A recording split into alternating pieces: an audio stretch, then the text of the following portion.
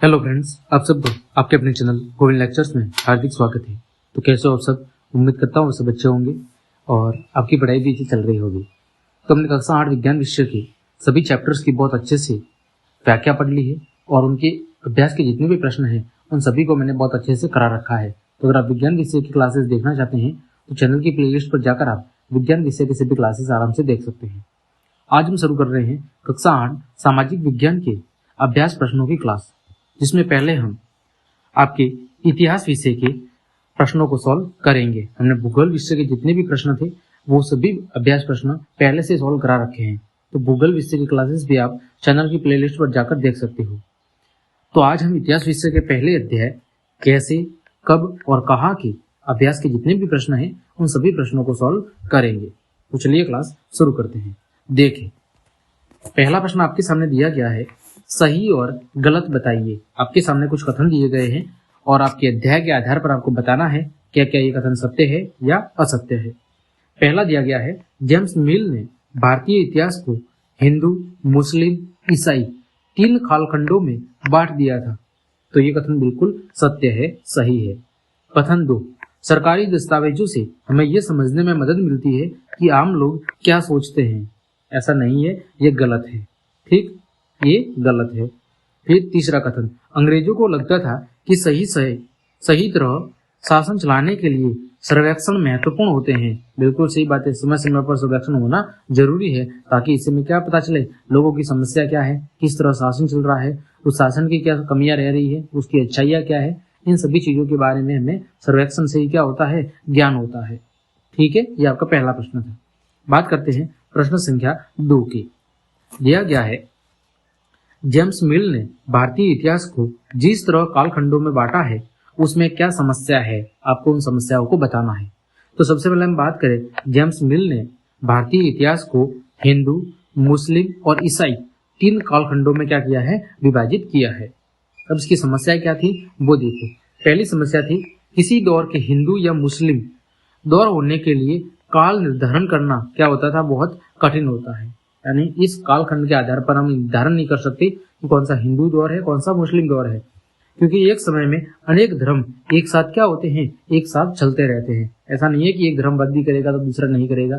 कई सारे धर्म एक साथ क्या करते हैं, वृद्धि करते रहते हैं, साथ साथ चलते रहते हैं।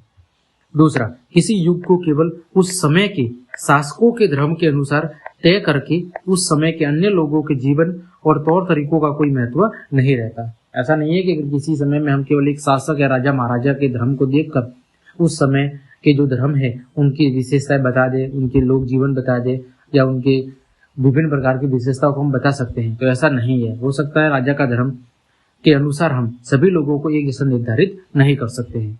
तो ये क्या थी, इसकी समस्या थी। आगे बढ़ते हैं, प्रश्न संख्या 3, अंग्रेजों ने सरकारी दस्तावेजों को किस तरह सुरक्षित रखा था, ये हमें बताना है।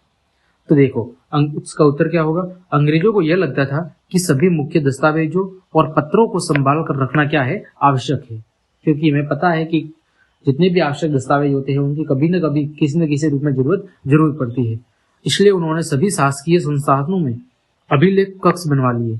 जितने भी शासन के जो स्थान थे वहां पर क्या बना लिए, अलग से अभिलेख कक्ष बनवा लिए। जैसे तहसील के दफ्तर में, कलेक्ट्रेट के दफ्तर में, कमिश्नर कार्यालय में, प्रांतीय सचिवालय में, कचहरी इत्यादि सभी के अपने रिकॉर्ड क्या होते थे, अपने सभी के रिकॉर्ड रूम यानी अभिलेख कक्ष होते थे, जहां पर उनसे संबंधित सभी दस्तावेजों को रखा जाता था। आवश्यक दस्तावेजों को संभाल कर रखने के लिए अभिलेखागार और संस्थान भी बनाए गए। इस तरह अंग्रेजों ने सरकारी दस्तावेजों को क्या रखा, सुरक्षित रखा था। आगे बढ़ते हैं, प्रश्न संख्या 4, इतिहास पुराने अखबारों से जो जानकारी जुटाते हैं वह पुलिस की रिपोर्टों में उपलब्ध जानकारी से किस तरह अलग होती है।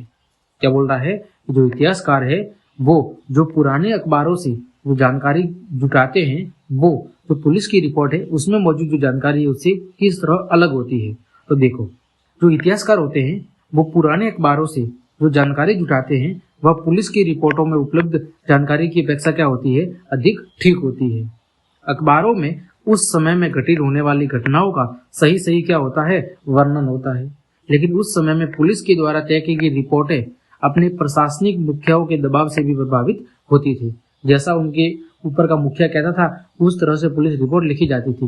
लेकिन अखबारों में ज्यादातर जो चीजें होती है वो उस वर्तमान स्थिति को देखकर ही लिखी जाती है कि उस समय कैसी स्थिति थी, लोगों की किस तरह जीवन शैली थी, लोगों के काम क्या था, किस तरह के लोगों के सामने समस्याएं थी, शासन की प्रणाली क्या थी।